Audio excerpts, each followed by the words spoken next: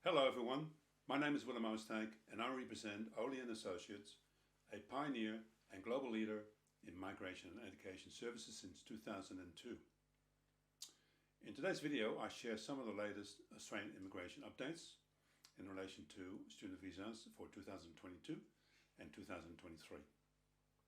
Further, we have a closer look at reasons for student visa refusals, highlight some of the tips to avoid visa refusals, and consider some of the guidelines in relation to new rules, requirements and eligibility. We will also take a close look at what to include in a genuine temporary entrant statement and a statement of purpose. Both very important documents to include in your student visa application. Don't forget to subscribe to our channel, and for any questions you can email me directly at willem@oley.com.au. Now, before we look at some of the guidelines and eligibility requirements for student visa applications, let's briefly consider how and why you would choose a particular course to study in Australia. Many students have goals to progress beyond their student visa to other visas with the aim to obtain permanent residency. In this instance, it is important to take a broader look when choosing a course in context to your chosen career path. Many occupations can lead to PR. However, it is essential, if you choose such a pathway, you make the right choice in respect to your career goals. For instance, a generalist degree in the arts may not necessarily provide a pathway to PR. Let's say, for example, you are interested in a career in the hospitality industry and thought of becoming a chef. This would require you to complete a vocational education training qualification. Or if you decided for a career as a hotel manager, you would need to study a higher education qualification. So before you choose a course, think about your strengths, your interests, and your ambitions. Ask yourself, what activities am I good at? What activities do I enjoy? What are my hopes for the future? And what course will lead to PR? Do yourself a favor and engage with one of our accredited student counselors who are experienced in plotting your study pathway towards permanent residency. Now, before you apply for a student visa, it is essential to first check if you meet the Australian student visa requirements. As a minimum, you'll need a passport, you'll need a birth certificate, you'll need confirmation of enrollment from your education provider, you will need overseas student health cover, and you need to evidence English language proficiency and evidence financial capacity. You need to provide a genuine temporary entrant requirement statement and a statement of purpose. At Oley & Associates, you will be thoroughly assessed by one of our many accredited student counselors, ensuring you meet the guidelines and eligibility requirements for your student visa application. Your country's citizenship will determine what assessment level will apply to your student visa application.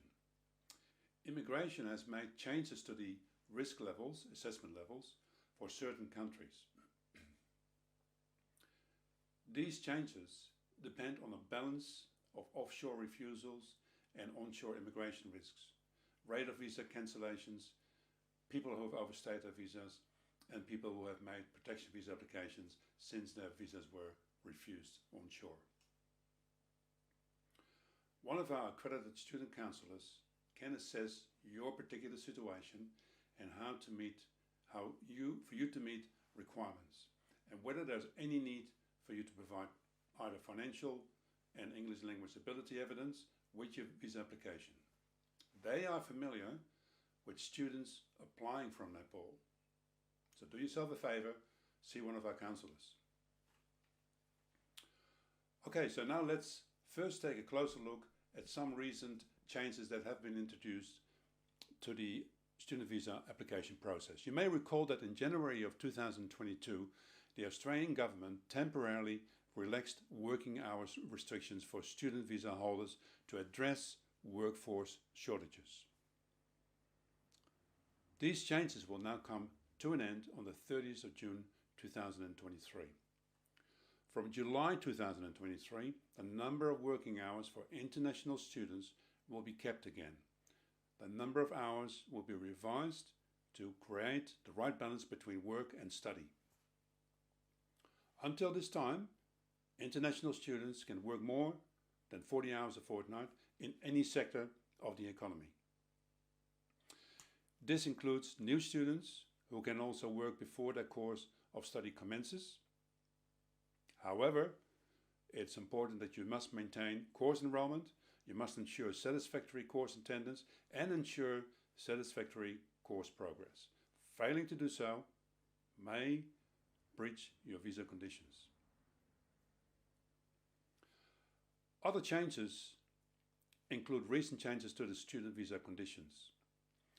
The new visa conditions, Condition 8204A and 8204B, apply to student visa holders studying a higher education course or postgraduate research course and who intend changing their course of study, thesis, or research topic.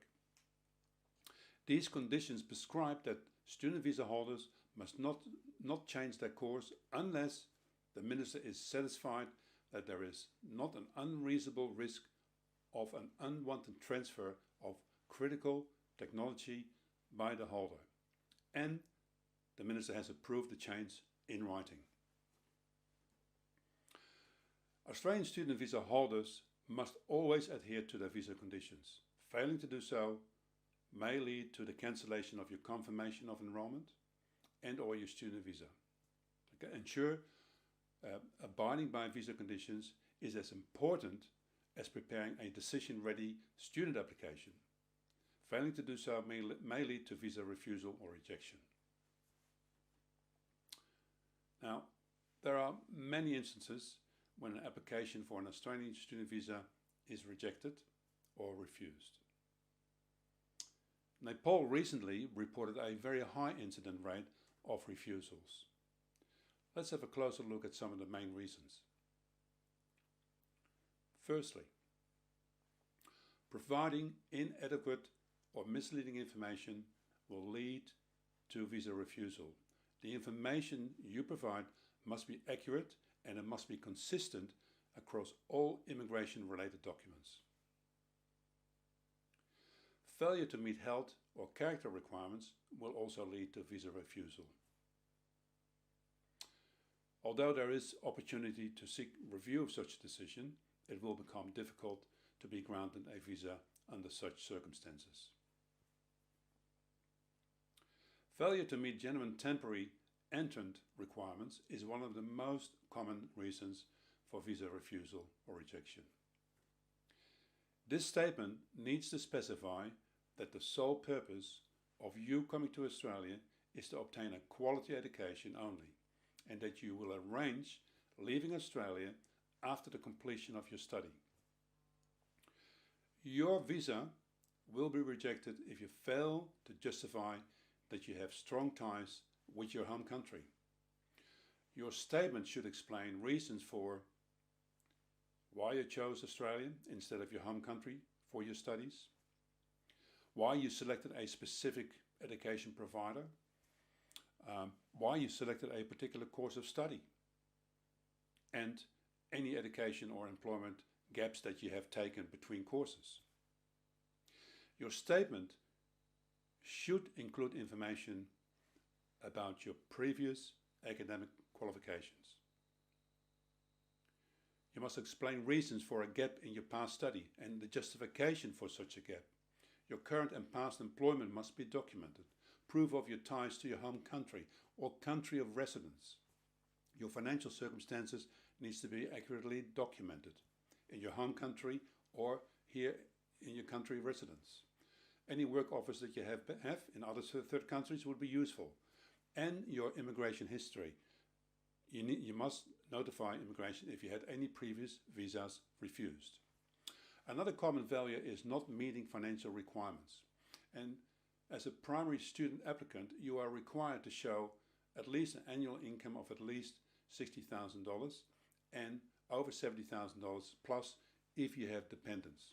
You must also evidence sufficient funds to cover your travel cost and at least 12 months of living and tuition fees for you and your accompanying family members, and your school cost for any school-age dependents.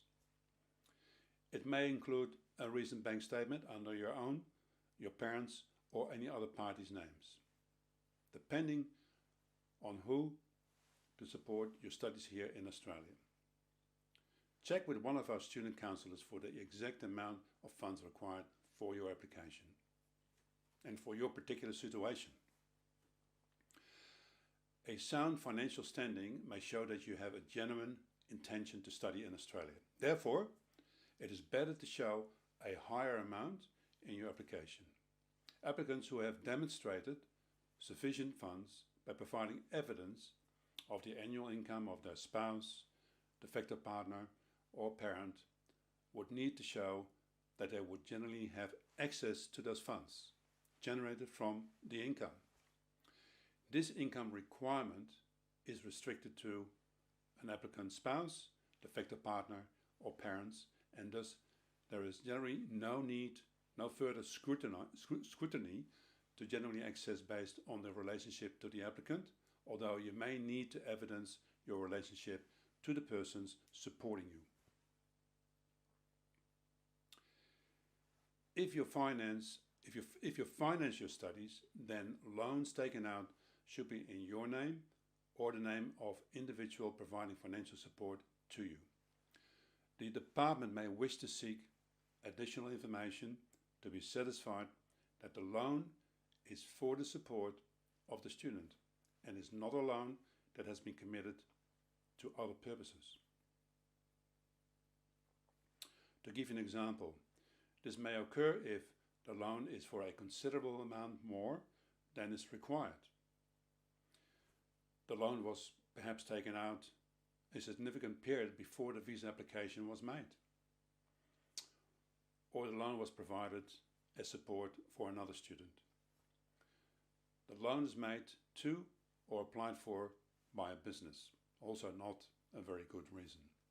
Loans in the name of the applicant's spouse, de facto partner, or the applicant's parents would generally meet the genuine access requirements, unless there's evidence indicating that the funds from the loan may not generally be available to the student visa applicants. Again, we strongly advise to talk to one of our counsellors who can assist with calculating your financial needs. Another reason for a refusal is the application to enroll in an unrelated program. If you want to study in Australia, you must be fully aware of the course program in which you are applying. Certainly there is a chance of visa refusal if you apply for a program which is completely unrelated to your previous qualification, or it indicates a major career change. You need to make a concrete plan and apply for the degree program according to it. Finally, here's a brief look at a statement of purpose, which is another important document to include in your application. Firstly, it should include an introduction reflecting your personal background, including where you're from and your family composition. Secondly, you must mention your academic background, as well as any accomplishments that you have achieved. Thirdly, you should discuss your personal and professional experiences, followed by a detailed description of your career goals and relevant prospects. Finally, you should explain and justify your choice for a specific course and choice of education provider. You should conclude your statement of purpose with a summary of content provided. Again, talk to one of our accredited student counsellors. They can assist with articulating a very accurate and concise statement of purpose. In summary, as we have explained, there have been recent changes to the student visa conditions that will limit changing of courses. It is important that you make yourself aware of these changes, as failing to do so may lead to a breach of your visa condition. The gap on the student working hours will be reinstated in July 2023, which means only 20 hours per week will be allowed. The student visa application process requires careful attention to ensure you meet guidelines and eligibility requirements of the visa. There are many variables to consider before you lodge an application by yourself. We strongly recommend you attend a consultation with one of our accredited student counselors who can assist in determining whether you will meet all the eligibility requirements, and importantly, you should avoid responding to rumors in the community that you might hear among your friends and fellow students. Rumors are what they are, just rumors.